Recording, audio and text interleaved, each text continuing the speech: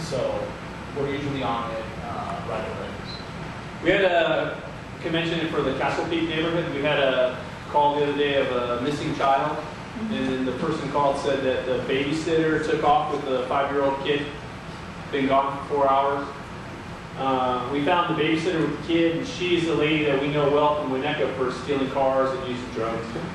And she had just gotten out of county jail that week, and now there's a guy over in that neighborhood who likes to let these people stay there, the girls stay there, in exchange for use your imagination. So this has been going on probably for like 2 years. We just found out about it.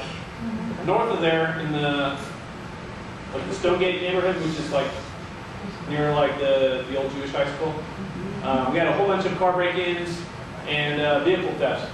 And there was nothing really to point to why this is occurring. But now if you look at this house where all these tweakers are coming and going, you know, it seems to fit that they're probably just driving up the road and breaking into all these cars at night. So, And she was high as a kite when we found her, holding hands with the little kid. Oh, wow. And it was just like, it was pretty disturbing, but she was just like out of her mind. but we made some calls today, and all the neighbors knew about this house, but you know, everybody just assumes the police knows about it. But not that good. No, never assume that. Never, ever assume that. It's so funny because what you're saying, how many times do you get that? Everybody assumes that the police know about these places, and I'm like, no, nobody told me, nobody told them. So you got to reach out and let us know. Don't just assume that everybody knows. But we think you're that good, though. Exactly. Yeah, there's You have your email address. What is the email address? Yeah, it's on this. Mine's on this sheet here. That's for West Hills. Yeah. That's myself here, 34966. Mine's on the other one. And Stalmer's on the other one. Also has our phone numbers. Thank you. Yeah. Thanks. Thank you very much. Thank you.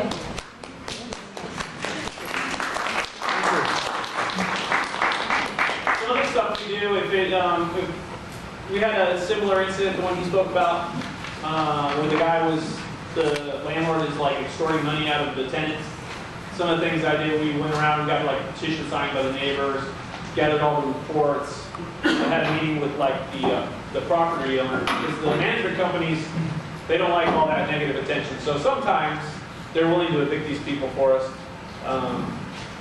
But it takes a little bit of help from everybody. We need to know about the place, and then sometimes we have to come out and ask for your guys' help, like giving us statements or talking to the attorneys that own the property. It does work. When we first got here a few years ago, there was a house on Hartman that was causing a nightmare for the whole neighborhood. And the owner of the residence was renting it out to an elderly guy, and she was up north somewhere. And the elderly guy was having all these tweakers stay in the house, and all kinds of stuff was going on. So finally, we were able to make an arrest, effect an arrest on one of the drug guys that were staying in there. And through the city's attorney office, we sent out a nasty letter to the owner saying that we're going to do an abatement on the house because it's causing a nuisance. And that scared her enough to evict the owner, or not the renter. So, and now the place is nice and remodeled now. Looks really nice. How long does it take to evict them? If they go through a civil eviction, it can take a month or two. Or It's usually about 2 months. The process is that we send on one of these criminal things, we send a letter to the landlord. They've got 30 days to respond, and if they don't respond, then we do it. It's usually about, for the time you get it in court, it's usually about 45 to 60 days, and then the sheriff has to come and actually do the eviction, and that's usually another couple of weeks. So see where we lose time not knowing about it. Sooner the better, and sometimes it just simply we go out and put them on verbal notice. Sam, what number of you was that in on Hartman? That was the 23,001. 23,5 and 24. It was way less. We're going to touch on burglaries, because burglaries were the biggest thing that affected West Hills last year. Anybody here a victim of a burglary?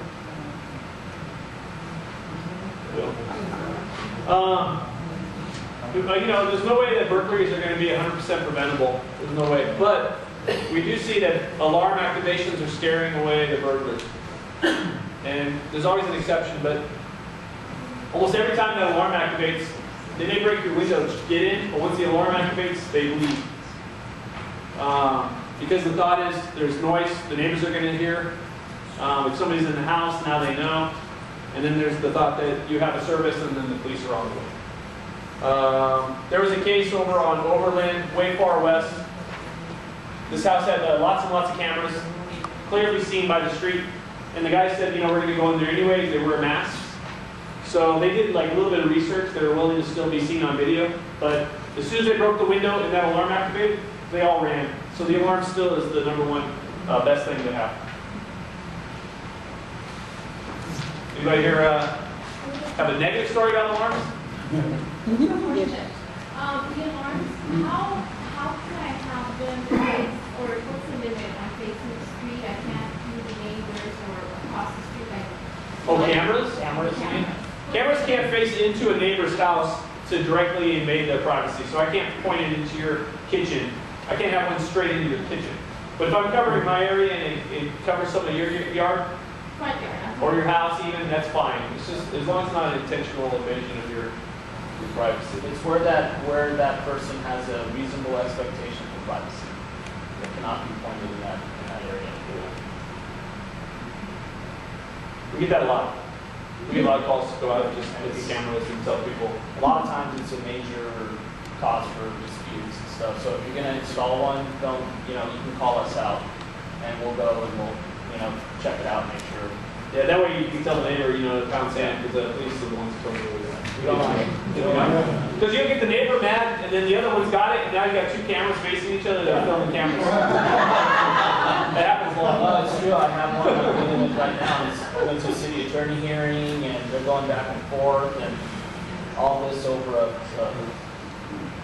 rotten fence. There was a dispute over a fence initially. So cameras are good deterrents, but they still sometimes may go for it anyways. What we're finding lately, or at least in my area, I've had a couple doggy door entries. So those of you with doggy doors or know of some of your neighbors with doggy doors, make sure, I don't know how they're going to do it, but secure them. Because either what they'll do is they'll get through the doggy door and reach up and open the door, or they'll just crawl right inside and then gain access. So I don't recommend doggy doors at all. Either leave your dog out or just leave it in. And then they kick your dog. We heard about that. We had a doggy door installed in our bedroom. It was long, and it's very small. I feel okay with that, because they can't, there's nothing to reach up to. In the wall? In the wall. Oh. Yeah, as long as nobody can get in there. Yeah. You want to secure it. I mean, you want to get a neighbor, neighbor kid to call through to see if he can get in. In the roll of 30s and all those guys, the knock-knock burglars, they were using teenagers to do the door knocks. And these are like, skinny little 17-year-olds. And you might be surprised what they can get in. Yeah. They're like rats. They'll just, They love going through everybody likes to leave their bathroom slider. They think that's so small and so high that nobody's going to go into that. That's the #1 way they get into houses, because people love to leave that open and let the steam out when they go to work. Dogs aren't the greatest deterrent, because we find a lot of huge, ferocious dogs that are in the garage, that the guys have managed to corral the dogs into the garage and then break into the house.